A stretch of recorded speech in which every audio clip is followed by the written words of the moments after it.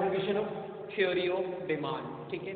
So in theory of demand first of all we discuss the concept of demand, okay, what actually demand is. So in this chapter we will discuss, one is demand and the other one is quantity demanded.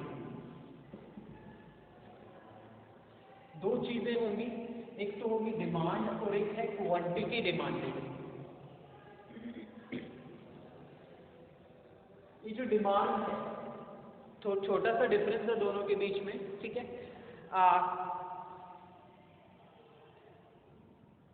एक particular price के ऊपर, किसी एक particular price के ऊपर जब हम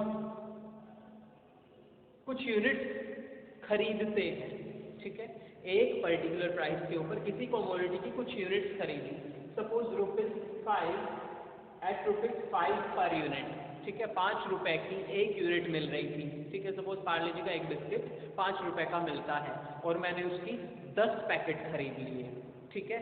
तो मैंने 5 रुपए के हिसाब से कितने पैकेट खरीदे, 10 पैकेट खरीदे, ठीक है. 10 पैकेट मैंने खरीद लिए बिस्किट के, ओके. तो ये क्या है, एक पर्टिकुलर प्राइस से मैंने कुछ यूनिट्स खरीदी, ठीक है. अब इसका प्राइस बढ़ जाता है, 6 रुपए हो जाता है, ठीक है. तो हमें पता है बेसिकली जब प्राइस इंक्रीज होता है तो हम उसकी डिमांड कम कर देंगे, ठीक है. तो मैंने इसकी अब 8 पैकेट की खरीदे, ठीक है. प्राइस और इंक्रीज हो गया, 8 रुपए हो गया, ठीक है. अब मैंने इसके 5 पैकेट खरीदे बस, ठीक है. क्लियर. तो यहाँ पे देखो, जब किसी एक पर्टिकुलर प्राइस पे दो चीजें आती हैं, किसी एक पर्टिकुलर प्राइस पे जितनी यूनिट खरीदी और डिफरेंट प्राइसेस के ऊपर जो जितनी डिफरेंट यूनिट हमने खरीदी, ठीक है. सो हम दो चीजें पढ़े, एक तो है क्वांटिटी डिमांडेड और एक है डिमांड, ठीक है, कि किसी पर्टिकुलर प्रोडक्ट की कितनी यूनिट्स हमने खरीदी हैं, ठीक है. That is a quantity demanded. Clear. So एक है डिमांड और एक है क्वांटिटी डिमांडेड. बेसिकली है तो दोनों सेम चीजें, लेकिन उनमें थोड़ा सा डिफरेंस है कि जब हम डिफरेंट प्राइसेस, ठीक है, डिफरेंट प्राइसेस के ऊपर डिफरेंट यूनिट्स हम खरीद रहे हैं, ठीक है. सो हम डिमांड एंड क्वांटिटी डिमांडेड की बात कर रहे थे. ये जो टेबल मैंने बनाई, तो फर्स्ट पोर्शन जो है टेबल का, एट ₹5 10 पैकेट्स मैंने परचेज किए और मैं कहता हूँ, एक बार तो मैंने कहा मैंने 5 रुपए के हिसाब से 10 पैकेट खरीद लिए, ठीक है. इसको मैं कहूँगा क्वांटिटी डिमांडेड. फिर मैं कहता हूँ 5 रुपए के हिसाब से मैंने 10 खरीदे थे, जो प्राइस बढ़ गया 6 रुपए तो मैं 8 खरीद रहा हूँ, और प्राइस बढ़ गया तो मैंने सिर्फ 5 ही पैकेट खरीदे हैं. तो मैंने पूरी टेबल ही डिफाइन की कि 5 रुपए पे 10 खरीदता हूँ, 6 पे 8 और 8 रुपए पे 5. इससे हम कहेंगे डिमांड, ठीक है. तो डिमांड और क्वांटिटी डिमांडेड में क्या डिफरेंस हुआ. क्वांटिटी डिमांडेड होती है unit purchase at a specific price या पर्टिकुलर प्राइस. किसी कमोडिटी के किसी एक स्पेसिफिक प्राइस पे जितनी यूनिट्स खरीदी हैं, मैंने कहा स्पेसिफिक प्राइस क्या है, 5 रुपए. कितनी यूनिट्स खरीदी हैं, 10 यूनिट्स खरीदी हैं. तो मैं पार्ले जी की क्वांटिटी डिमांडेड कहूँगा इसको, ठीक है.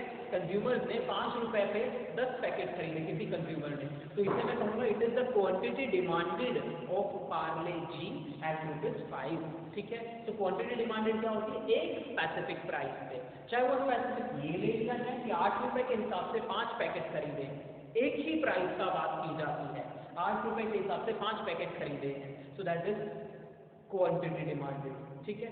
जब डिफरेंट प्राइसेस के ऊपर डिफरेंट यूनिट्स खरीदते हैं तो वो क्या बन जाती है, demand. Okay. So what is quantity demanded, units purchase at a specific price. एक स्पेसिफिक प्राइस पे कितनी यूनिट्स खरीदी हैं उसे हम क्या कहेंगे, क्वांटिटी डिमांडेड. और different units purchase at different prices,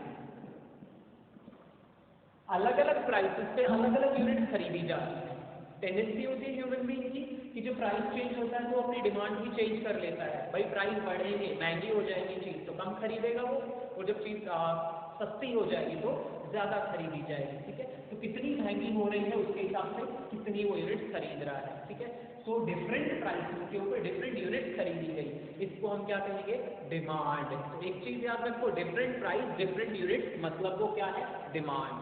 तो डिमांड को कैसे डिफाइन करेंगे, डिमांड क्या है, demand of A commodity is defined as the different units purchased at different prices of the commodity.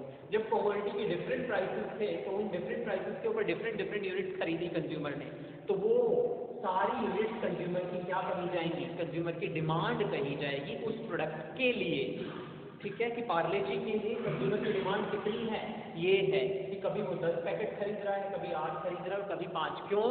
क्योंकि उसके प्राइसेस में चेंज आ रहा है। ठीक है, तो डिमांड क्या है, different unit at different prices. और क्वांटिटी डिमांडेड क्या है, किसी भी एक पर्टिकुलर प्राइस पे, चाहे वो 5 रुपए का बताओ, चाहे 6 का बताओ, चाहे 8 का बताओ, किसी भी एक पर्टिकुलर प्राइस पे जितनी यूनिट्स खरीदी है उसे हम कहेंगे उस कमोडिटी की क्वांटिटी डिमांडेड। ये पर्टिकुलर क्वांटिटी डिमांड की गई। ओके, क्वांटिटी डिमांडेड, इतनी क्वांटिटी डिमांड की गई at a particular price. Okay, this is quantity demanded. और डिमांड क्या है, डिमांड होती है डिफरेंट यूनिट्स। एक कमोडिटी की कितनी कितनी यूनिट्स खरीदी गई जब उसके प्राइसेस में चेंज आया। ठीक है, तो डिमांड है different units at different prices. Quantity demanded है units at a particular price, units purchased at a particular, एक स्पेसिफिक या पर्टिकुलर प्राइस पे कितनी क्वांटिटी खरीदी गई उसे हम क्वांटिटी डिमांडेड कहेंगे। ठीक है, तो ये कॉन्सेप्ट है डिमांड और quantity demanded. Okay, so there are two types of demand, one is individual demand and the other one is market demand. Okay, individual demand, individual क्या होता है, एक पर्सन। ठीक है, so जब किसी एक कमोडिटी कि कुछ यूनिट एक पर्सन ने जो खरीदी है उनको डिफाइन किया जाता है, तो उसे हम कहते हैं individual demand. Okay, so this is the unit purchase by a consumer. ठीक है, एक पर्टिकुलर कमोडिटी की एक कंज्यूमर ने कितनी यूनिट्स खरीदी हैं। मैंने किसी पर्टिकुलर कमोडिटी, पार्ले जी की कितने पैकेट्स मैंने खरीदे हैं, तो मैं उसे कहूँगा ये मेरी अकेले की डिमांड है ना भाई। जब मैंने कुछ यूनिट्स खरीदी है, तुमने भी खरीदी है, तुमने भी खरीदी, सब लोगों की अलग अलग डिमांड हो सकती है। मेरे घर में ज़्यादा कंजम्पशन होता है, तुम्हारे में कम होता होगा, या तुम्हारे में ज़्यादा होता होगा, मेरे में कम होता होगा। मैं 5 पैकेट खरीदता हूँ, तुम 10 खरीदते हो, तो मैं कितनी डिमांड कर रहा हूँ, 5 यूनिट्स की कर रहा हूँ ना, तो वो मेरी इंडिविजुअल डिमांड है। अकेले कंज्यूमर ने कितनी यूनिट डिमांड की है। ठीक है, उसे हम कहते हैं इंडिविजुअल डिमांड। एक इंडिविजुअल कंज्यूमर की कितनी डिमांड है। ठीक है, किसी पर्टिकुलर कमोडिटी की कितनी यूनिट उसने खरीदी है। So it is the unit purchased by a consumer. एक कंज्यूमर ने किसी कमोडिटी की जितनी यूनिट खरीदी है उसे हम उस प्रोडक्ट की या उस कमोडिटी की इंडिविजुअल डिमांड कहेंगे।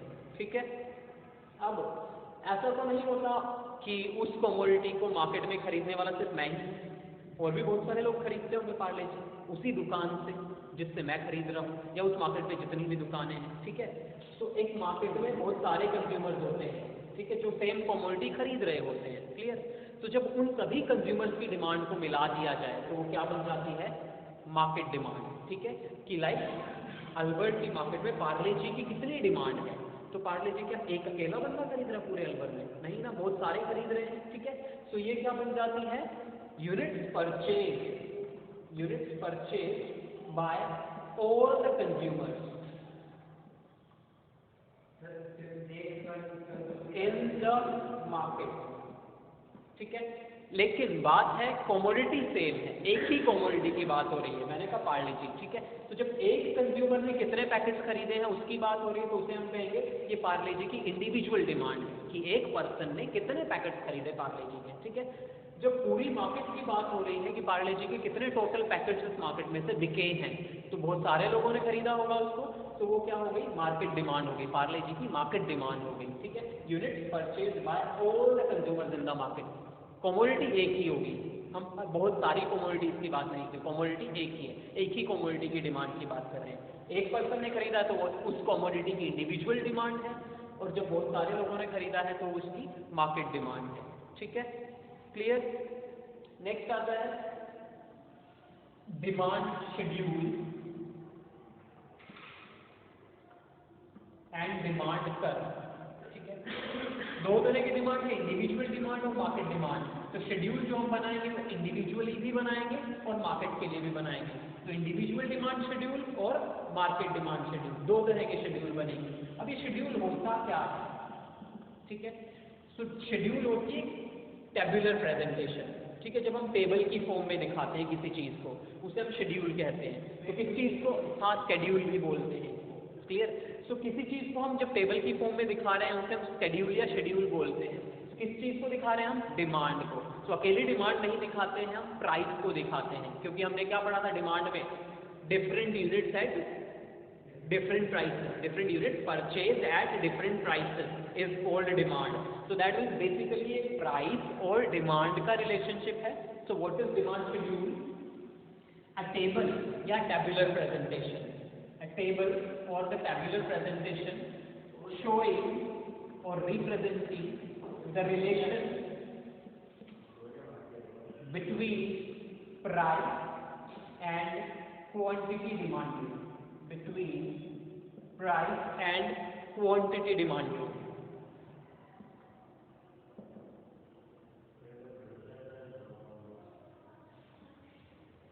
क्लियर। तो एक टेबल जो कमोडिटी के प्राइस और उसकी क्वांटिटी डिमांडेड का रिलेशन दिखाती है, उस टेबल को हम कहते हैं डिमांड शेड्यूल। ठीक है। जैसे मैंने टेबल बना दी, 2 कॉलम्स हैं उसके, एक कॉलम में मैंने प्राइस दिखाया और दूसरे कॉलम में मैंने क्वांटिटी डिमांडेड दिखाई। ठीक है। बन गई टेबल। 10 रुपए प्राइस था तो 5 यूनिट खरीदी थी। 8 रुपए प्राइस हो गया तो 7 यूनिट खरीदी है। 4 रुपए प्राइस हो गया तो 10 यूनिट मैं खरीद रहा हूँ। ठीक है। सो प्राइस और क्वांटिटी डिमांडेड का रिलेशनशिप दिखा रहा है कि जैसे जैसे प्राइस डिक्रीज हो रहा है वैसे वैसे क्वांटिटी डिमांडेड इंक्रीज हो रही है। ठीक है। तो इस टेबल को मैं क्या कहूँगा, इट इज डिमांड शेड्यूल। ठीक है। क्योंकि एक टेबल है जो प्राइस और क्वांटिटी डिमांडेड का रिलेशनशिप दिखा रही है। अब मैं इसके आगे लगा दूँ इंडिविजुअल डिमांड शेड्यूल। तो इंडिविजुअल डिमांड शेड्यूल क्या होता है, पहले देखो इंडिविजुअल डिमांड क्या होती है। इंडिविजुअल डिमांड है unit purchase by a consumer. ठीक है। एक कंज्यूमर ने कितनी यूनिट परचेज की है वो इंडिविजुअल डिमांड है। तो इंडिविजुअल डिमांड शेड्यूल क्या हो जाएगा, वो टेबल जो एक कंज्यूमर के डिमांड पैटर्न्स को दिखा रही होगी कि उस कंज्यूमर ने डिफरेंट प्राइसेस के ऊपर कितनी कितनी यूनिट खरीदी हैं। क्लियर। एक ही कंज्यूमर का डिमांड पैटर्न दिखाती है। Okay. So what is individual demand schedule, a table which is showing the demand pattern of a single consumer. Clear. एक ही कंज्यूमर का डिमांड पैटर्न कि कितने प्राइस पे कितनी यूनिट वो खरीद रहा है, उसको हम कहेंगे individual demand schedule. Okay. Next है मार्केट डिमांड शेड्यूल। ठीक है। मार्केट डिमांड शेड्यूल होता है द टेबल, बहुत सिंपल है, the table showing the demand pattern of more than one consumer. एक कंज्यूमर का डिमांड पैटर्न दिखाने वाली टेबल क्या होती है, इंडिविजुअल डिमांड शेड्यूल।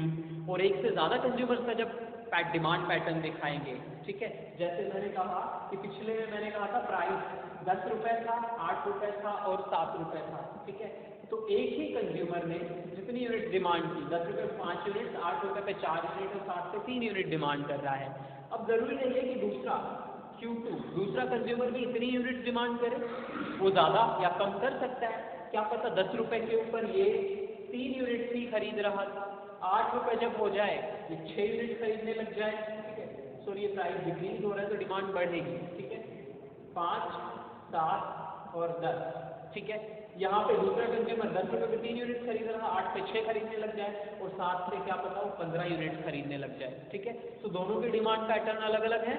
भाई सबका अलग अलग होता है, सब सेम तो नहीं खरीदते हैं। प्राइस डिक्रीज होगा तो सब डिमांड बढ़ाएंगे, लेकिन सेम प्रोपोर्शन में तो नहीं बढ़ाते, कोई ज़्यादा बढ़ाता है कोई कम बढ़ाता है। ठीक है।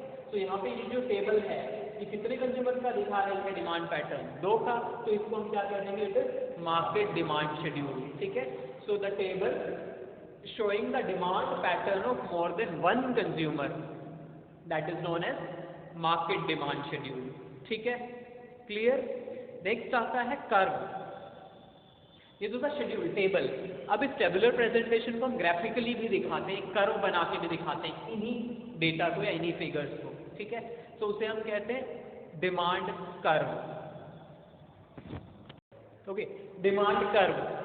तो जब हमने डिमांड शेड्यूल देखा था तो शेड्यूल में क्या था, हमने रिलेशनशिप दिखाया था प्राइस और क्वांटिटी डिमांडेड का एक टेबल में। जब उसी टेबल को हम एक ग्राफ में प्लॉट कर देते हैं, ठीक है, या दिखाते हैं या ग्राफ बना देते हैं उसका, तो उसे हम कहते हैं curve. Okay. So demand curve क्या है? Demand curve is the graphic presentation of the relationship between price and quantity demanded. Schedule क्या था? The tabular presentation of the relation between price and quantity demanded. भाई price और quantity demanded का tabular presentation, table की form में relationship दिखाया था, ठीक है, तो उसे हमने शेड्यूल कह दिया था। अब उसी शेड्यूल से हम ग्राफ बनाते हैं, ठीक है, तो उसे हम कहते हैं डिमांड कर्व। तो it is the graphic presentation. Okay, so what is demand curve? A graphic presentation. Graphic presentation of the relation between price and quantity demanded. Okay, that is known as demand curve.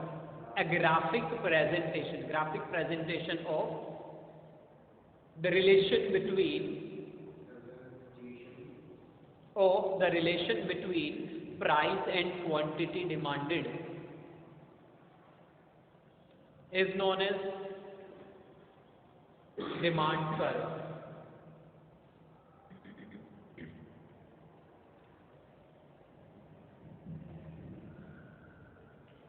ठीक है, graphically हमने उसको दिखाया, तो demand curve बन गया। अब देखो जब हम ग्राफ बनाते हैं तो कुछ इस तरीके से है, दो एक्सिस हम लेके चलते हैं ग्राफ पे, ठीक है, लाइक ऑर्डिनेट्स नहीं लेके चलेंगे हम, ठीक है, दो एक्सिस लेके चलेंगे, O x axis and O y axis.